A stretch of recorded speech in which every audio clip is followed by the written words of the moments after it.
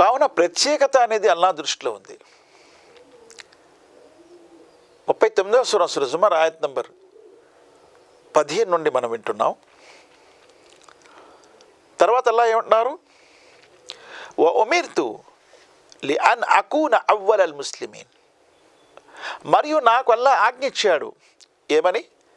అందరికంటే మొట్టమొదట నేను ఆయన విధేయుడుగా మారమని.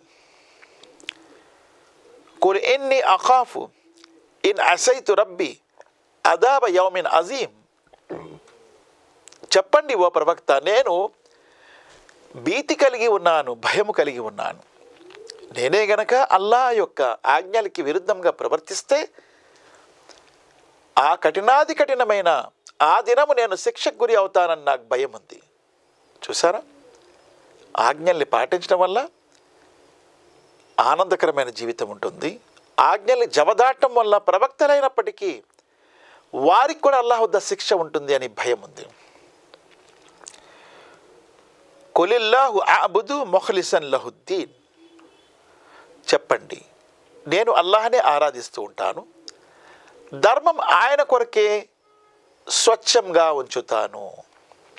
స్వచ్ఛత, ప్రత్యేకత గురించి చెప్పటం జరుగుతుంది. అంటే కలుషితం ఉంటుంది, అందులో నుంచి స్వచ్ఛత వేరు చేస్తున్నారు అల్లాహ్ సుబ్హానహు వ తఆలా. ఫఅబుదు మా షితుమ్ మిన్ దూనిహి కుల్ ఇన్నల్ ఖాసిరీన అల్లదీన ఖసిరు అన్ఫుసహుమ్ వ అహ్లీహిమ్ యౌమల్ కియామా అలా దాలిక హువల్ ఖుస్రానుల్ ముబీన్. ఫఅబుదు మా షితుమ్ మిన్ దూని. మీరు ఆరాధిస్తారా అల్లాహ్ను విడిచిపెట్టి? ఓకే, మీరు ఆరాధించుకోండి. అల్లాహ్ను విడిచిపెట్టి మీకు ఇష్టం వచ్చిన వారిని మీరు ఆరాధించుకోవచ్చు, అభ్యంతరం లేదు. కాకపోతే మీరు నష్టపోయే వారిలో చేరిపోతారు. ఆ నష్టం ఎలా ఉంటుంది? మీరు మీతో పాటు ఎవరైతే మీ కుటుంబ సభ్యులు మార్గభ్రష్టులు అయిపోయారో వారు అల్లాహ్ వద్ద ఖియామత్ రోజు ప్రళయ దినాన్ని కఠినాది కఠినమైన శిక్షకు గురి అయినటువంటి నరకములో చేర్చబడతారు. ఇదే స్పష్టమైనటువంటి నష్టము అని అల్లాహ్ అంటున్నారు. మరి అలాగే సూర్య హిజర్ గురించి మనం విన్నాము ఇంతకుముందు, సూర్య స్వాద్ గురించి విన్నాము, సూర్య యూసుఫ్లో చెప్తున్నాను. సూర్య సాఫాత్ ఇల్లా ఇబాదల్లాహి ముఖ్లిసీన్. సూర్య సాఫాత్ అల్లాహ్ యొక్క శిక్షకి గురి అవుతారు. ఎవరు గురి అవుతారు? అల్లాహ్కి అవిధేయతకు వెళ్ళేవారు. కానీ అందులోనే కొంతమంది స్వచ్ఛమైన దాసులు కూడా ఉంటారు. వారిని అల్లాహ్ వేరుపరిచాడు, వారు ఆ శిక్షకు గురి కారు. ఇల్లా ఇబాదల్లాహి ముఖ్లిసీన్. చూడండి ఎన్ని చోట్ల వచ్చిందో అటువంటి ఆయతు. సూర్య యూసుఫ్లో కూడా వచ్చింది, ఇన్నహు మిన్ ఇబాదినల్ ముఖ్లిసీన్. నిస్సందేహంగా వీరు నా యొక్క స్వచ్ఛమైన దాసులు అని అల్లాహ్ సూర్య యూసుఫ్లో సూర నంబర్ 12 ఆయత్ నంబర్ 64లో చెప్తున్నాడు. సూర్య స్వాద్ సూర నంబర్ 38 ఆయత్ నంబర్ 83లో చెప్తున్నారు, ఇల్లా ఇబాదక మిన్ హుముల్ ముఖ్లసీన్. అల్లా నీ యొక్క స్వచ్ఛమైన దాసుల్ని నేను చేయలేను అని శైతాన్ కూడా అన్నాడు.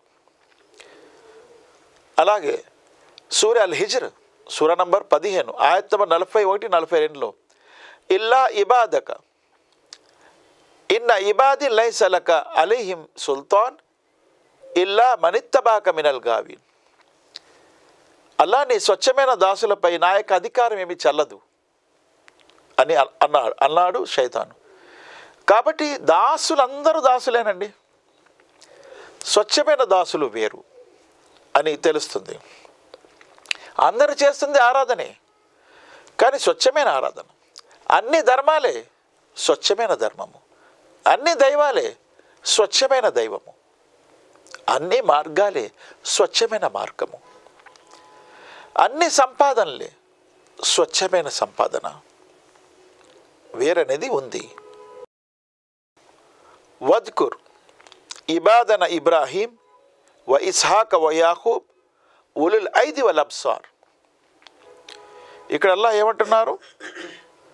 నా దాసులైనటువంటి ఇబ్రాహీం, ఇస్హాక్, యాకూబ్ గురించి ప్రస్తావించండి. వారు చేతులు గలవారు మరియు దృష్టి గలవారు, కళ్ళు గలవారు. అంటే మంచి పని చేసేవారు, మంచి విషయాల పట్ల శ్రద్ధ వహించేవారు.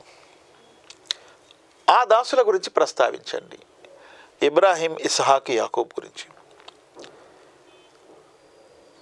ఇన్నా అఖ్లస్నాహుం బిఖాలిసతన్ జిక్రత్ దార్. ఇవి ఎక్కడున్నాయి? సూర్య స్వాదులు 38వ సూర ఆయత్ నంబర్ 45 నుండి 47 వరకు. ఈ నా దాసులు స్వచ్ఛమైన దాసులు అని ఎలా అంటున్నాడు? ఇన్నా అఖ్లస్నాహుం బిఖాలిసతన్ జిక్రత్ దార్. వీరి కొరకు స్వచ్ఛమైనటువంటి నివాసము, స్వర్గం కూడా ఉంది. వ ఇన్నహుం ఇందన లమినల్ ముస్తఫైనల్ అకియార్. వ ఇన్నహుం ఇందన, మరి నా వద్ద వారు నా యొక్క ప్రియమైన దాసుల్లో చేరుతారు. అటువంటి గొప్ప స్వచ్ఛమైనటువంటి దాసులు అని చెప్పి అల్లాహ్ వేరు చేశారు కొంతమందిని. వద్కుర్ ఇబాదన వద్కుర్ అబ్దన దావూద జల్ ఐది ఇన్నహు అవ్వాబ్. సూర్య స్వాదులోనే ఆయత్ నంబర్ 17. ఇక నా దాసుడు, స్వచ్ఛమైన దాసుడు దావూద్ గురించి కూడా ప్రస్తావించండి. ఆయన నిత్యము నా వైపు మరలే దాసుడు సుమా. అందరూ దాసులే, కానీ ప్రత్యేకమైన దాసుల గురించి అల్లాహ్ చెప్తున్నాడు. మరి మిగతా విషయాలు తర్వాత భాగంలో మనము విందాము.